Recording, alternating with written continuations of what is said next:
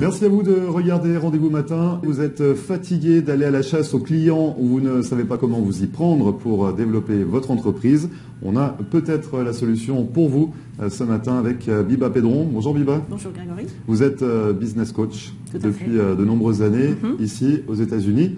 On va parler avec vous un petit peu de comment s'organise votre travail, comment vous apportez des services aux entreprises parce que vous travaillez essentiellement avec les entreprises. Voilà, essentiellement des indépendants, des solo-entrepreneurs ou des PME.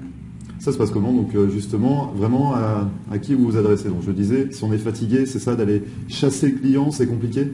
Alors c'est-à-dire que moi, ma philosophie, c'est d'aider les gens à développer leur visibilité online et offline pour justement attirer les clients, pour éviter d'avoir à vendre. Donc c'est ce que je dis toujours, comment vendre plus sans vendre. C'est-à-dire que les gens, surtout quand c'est des solo-entrepreneurs ou des petites entreprises, ils vendent leurs services, donc quelque part ils se vendent eux. Les gens ont beaucoup de mal à se vendre tout seuls. Donc au moment où il est question de parler des services, parler des prix, ils n'osent pas, ils ne savent pas comment. Et donc du coup, ils n'ont pas de clients. Donc en fait, ma technique, c'est de voir comment, via les réseaux sociaux et en dehors des réseaux sociaux, ils vont faire une communication qui va être différente des autres. Donc ils vont se mettre en avant.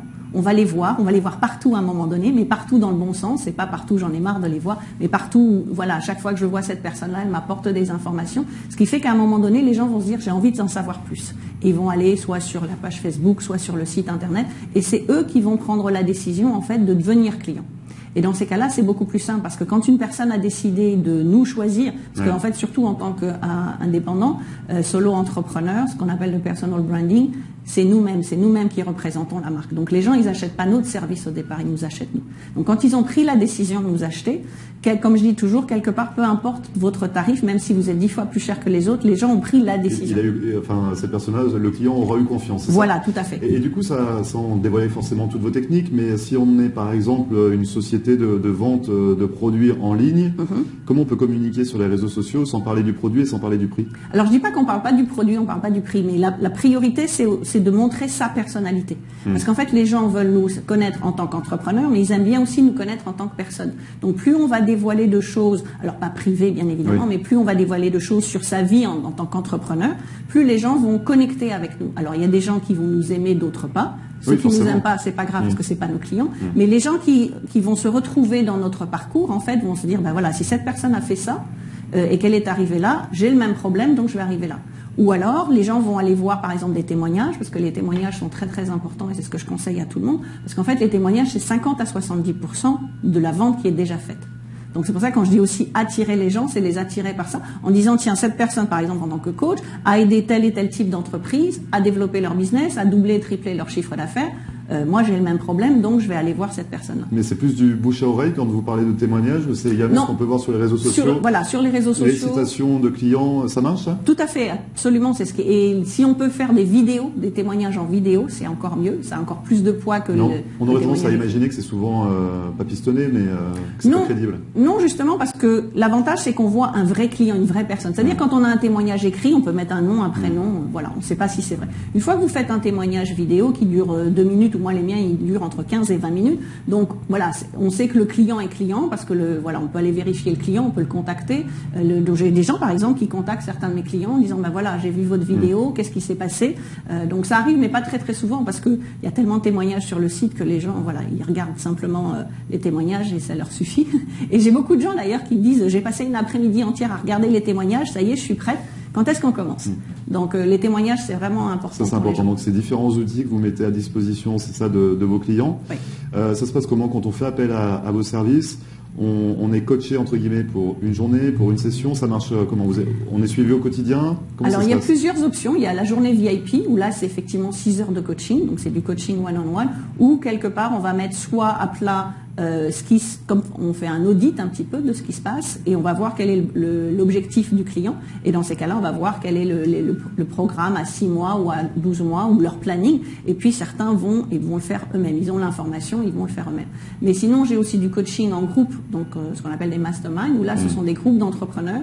L'intérêt de ça c'est que quand on est tout seul, surtout pour les solo-entrepreneurs ou les petites entreprises qui connectent pas trop avec les autres, ils sont tout seuls derrière leur ordinateur ou dans leur bureau et quand ils ont des questions, ou des doutes, il n'y a personne pour répondre. Dans un mastermind, l'avantage, c'est qu'on est dans un groupe de personnes qui, au bout d'un certain temps, se connaissent, parce que c'est toujours les mêmes sur une période, en ce qui me concerne, c'est 6 ou 12 mois.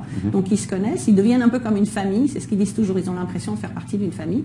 Et donc, ils vont pouvoir s'entraider et se soutenir. Donc, il y a le support du coach. Et notamment, moi, dans mes masterminds, je propose quand même 1 heure de coaching individuel. Et après, je les ai 5 heures dans le mois en groupe. Donc, il y a mon coaching, mais aussi, il y a tout ce qui est brainstorming, il y a les hot seats, il y a tout ça où les gens vont pouvoir échanger les informations ou de montrer comment ils ont appris une stratégie et comment eux l'ont mis en place. Donc, ça va aider l'autre aussi de voir, de dire, tiens, si telle personne, cette stratégie-là, je l'ai apprise, mais je savais peut-être pas trop comment la mettre en place dans mon business, de voir ce que font les autres, ça les aide, ça les booste, ça leur donne plus de confiance en eux. J'ai des tas de gens, par exemple, qui avaient très peur de faire des vidéos avant de rentrer dans le mastermind et de voir les autres qui le font et les autres qui ont du fun avec leurs vidéos. Maintenant, j'ai une cliente qui maintenant fait une vidéo tous les jours pratiquement et ça lui plaît. Et ça vient d'où justement? Vous l'expliquez comment parce que quand on est entrepreneur, on a des idées, on a envie d'entreprendre forcément. Donc vous expliquez comment qu'on soit freiné avec cette peur d'aller chasser le client ou d'aller se vendre? Parce qu'en fait, quel que soit le métier que l'on a, finalement, on est toujours dans le marketing. Sauf que personne n'a appris le marketing aux gens, à part ceux qui font des écoles de marketing, et encore, c'était aussi des problèmes. Mais quelqu'un qui devient une coiffeuse, ou j'ai une cliente qui était marchande de bonbons, elle n'a pas fait d'école marketing. Donc, quelle que soit l'activité, surtout aussi les gens qui ont un petit business, ils n'ont pas fait d'études marketing. Donc, dans ces cas-là, ils n'ont aucune technique.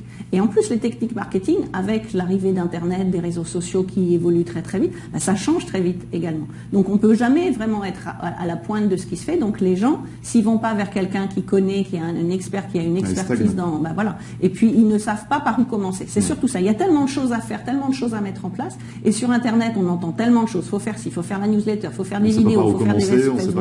Ils savent pas comment, dans quel sens faire les choses. Et en fait, moi, je dis toujours que le marketing, c'est un puzzle.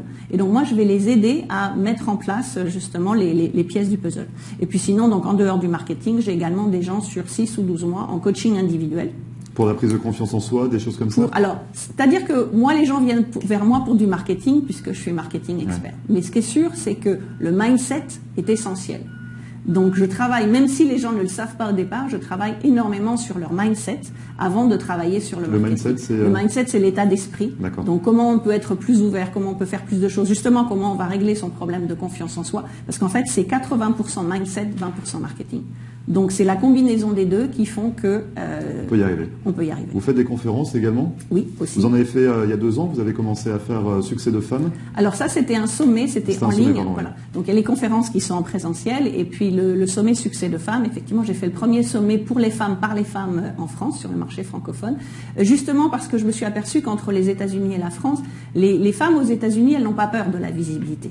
Ce qui est un problème en France parce qu'on est un petit peu décalé avec la France, donc on y arrive. À quel niveau, justement, les femmes ont plus peur en France? Parce qu'elles n'osent pas, parce qu'on leur a dit que c'était plutôt les hommes qui faisaient le business, parce qu'on leur a dit qu'il ne fallait pas montrer leur succès, des choses comme ça. Alors c'est pas vrai finalement les femmes... Non, c'est pas vrai parce qu'elles réussissent, sauf que quand je suis arrivée en France et que j'ai voulu faire le sommet, parce que j'en faisais déjà aux États-Unis, j'ai cherché les femmes visibles qui réussissaient. Et je les ai pas trouvées. Il m'a fallu 2 ans pour monter le programme en France, alors qu'il m'avait fallu 3 mois pour le monter aux États-Unis. Donc là, finalement, vous êtes sur... Et le sommet, c'est pour montrer aux femmes d'avoir plus de visibilité, qu'elles ont le droit d'avoir du succès, et que plus on va avoir ce que les role models, plus ça va aider d'en avoir d'autres, et après, c'est un domino effect. Plus il y a de femmes qui voient que certaines femmes réussissent et sont fières et le montrent, bien plus ça va inspirer. Ça va les inspirer, et ça, les sommets ont inspiré énormément de monde. Pour aider également les entrepreneurs, vous êtes auteur, vous avez publié 3 livres, 2 en anglais, 1 en français, qui s'intitule Sauter le pas. C'est ça, oui. Donc ils sont encore disponibles? Tout à fait, ils sont sur Amazon. On a des clés, des pistes, des choses? Oui, il y a déjà beaucoup d'informations dessus. C'est-à-dire mon livre en français, c'est un peu la combinaison de mes 2 livres en anglais où on parle comment créer le business, comment le développer, comment faire du networking, comment utiliser les masterminds comme un booster également. Donc il y a déjà beaucoup d'informations. Et puis après, si on veut aller plus loin pour avoir de l'accompagnement, donc c'est effectivement, on passe par le coaching. Donc c'est sur Amazon, Sauter le pas, Biba Pedron. Comment on peut vous contacter, Biba, si les personnes qui nous regardent souhaitent faire appel à vos services pour aller chasser clients en restant sur le canapé, si j'ai bien compris? Alors, non, ça va pas être aussi simple que ça, ce serait bien, mais c'est pas aussi simple. C'est-à-dire que ça va demander du travail, mais c'est possible. Donc, en fait, le mieux, c'est d'aller sur mon site internet, bibapedron.com, ou sinon par téléphone. Donc, pour la France, 06 37 53 51 37, je suis plus sûre, mais je sais que il est à l'écran. Et puis il y a également le numéro aux États-Unis, puisqu'aujourd'hui je partage ma vie à peu près 6 mois en France, 6 mois aux États-Unis. Merci beaucoup, Biba. Merci, Grégory. Bon courage pour la préparation de votre sommet. Merci. On se revoit très bientôt. Absolument. Merci beaucoup. Et vous ne bougez pas, on revient juste après ça.